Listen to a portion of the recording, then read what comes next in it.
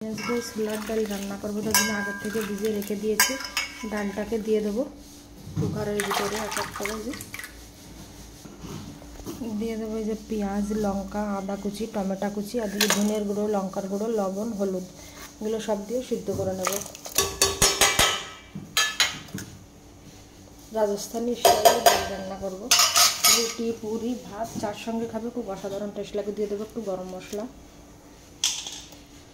দিয়ে দেবো সঙ্গে একটা তেজপাতা দিয়ে মুখটা আটকে দেবো।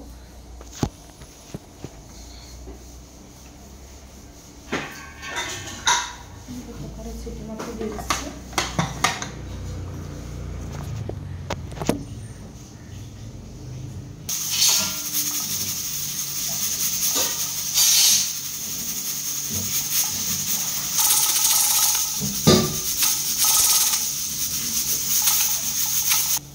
এখন আমি ডালটাকে খুলে নিচ্ছি, হাওয়া সরে গেছে, দেখাচ্ছি খুলে। ডালটা পুরো সিদ্ধ হয়ে গেছে।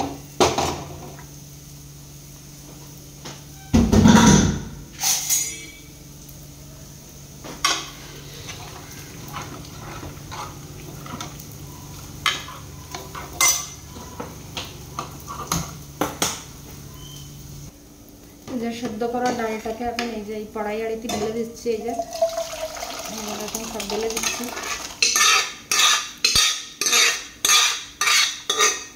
দিকে এটা ঢেলে দিয়ে জাল ধরাই দেবো, জাল হতে থাকবে। দেখি জাল হওয়ার জন্য জাল ধরিয়ে রেখেই দিয়েছি আগে থেকে। আর এখানে এই ফোড়ন দেওয়ার জন্য চারটি বসাই দেবো। দিয়ে ক্যামেরাটাকে পুরো ক্যাচ করতে পারছে না, বুঝতে পারছি বন্ধুরা। এখন এই যে দেখুন, এই জন্য ঘি খুলে নেবো ফোড়নে দেওয়ার জন্য। ঘি দেবো কড়াইতে।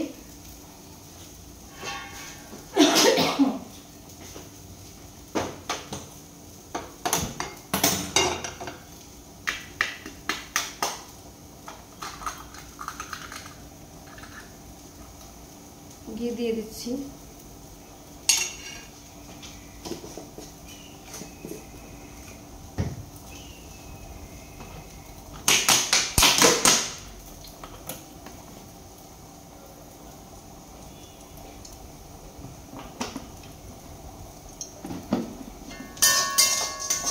এই সাইডে উঠতে বাজা হচ্ছে, এই সাইডটায় ঘিটা গলে আসার সময় গেছে।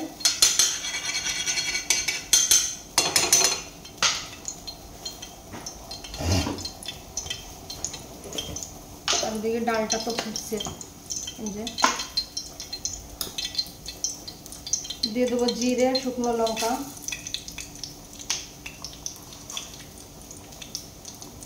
আর দিয়ে দেবো সামান্য একটু আদা কুচি।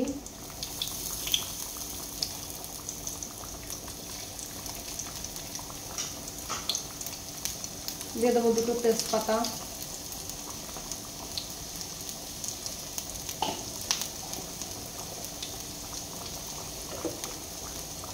দিয়ে দেবো কাস্তুরি মেথি পাতা।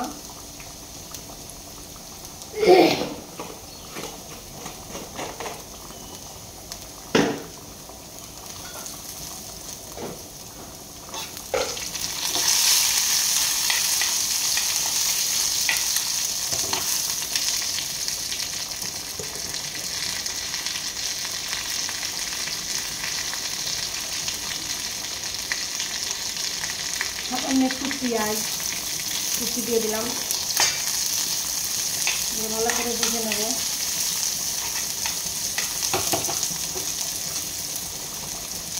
দিয়ে দেবো একটু লঙ্কার গুঁড়ো তেলের উপরেই, ঘির উপরেই। এতে খুব সুন্দর সেন্ট হবে, আর ওই কালারটা খুব সুন্দর আসবে, দেখতেই পাচ্ছি। যে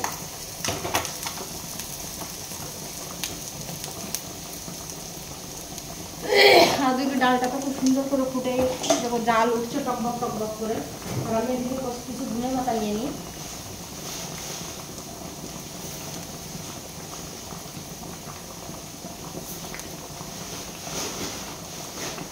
ধনে পাতা নিয়েছি, ধুয়ে নিয়ে আসি।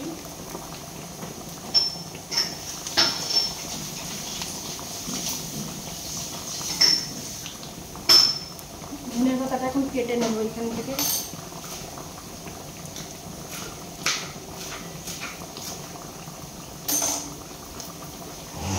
সারাশিটা কোথায় গেল পাচ্ছি না, পেরেছি। আর দেখি উস্তে ভাজাটা তো হয়ে গেছে, দেখুন এই যে বন্ধুরা উস্তে ভাজা করছি।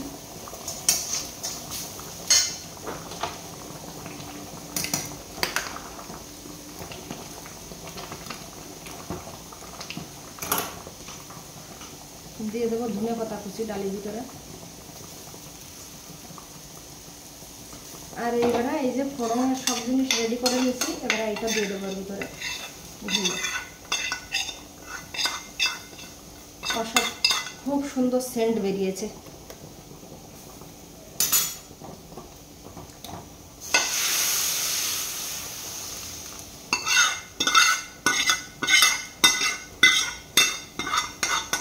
অবশ্যই আপনারা এই ফোড়নটা দিয়ে মুখটা একটু চাপা দিয়ে রাখবেন, আমি দিলাম না।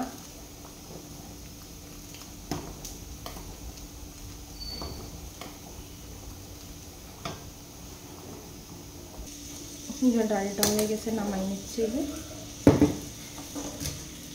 আপনাদেরকে নামিয়ে দেখাচ্ছি, দেখুন কত সুন্দর হয়েছে ডালটা। এরকম দেখেছে।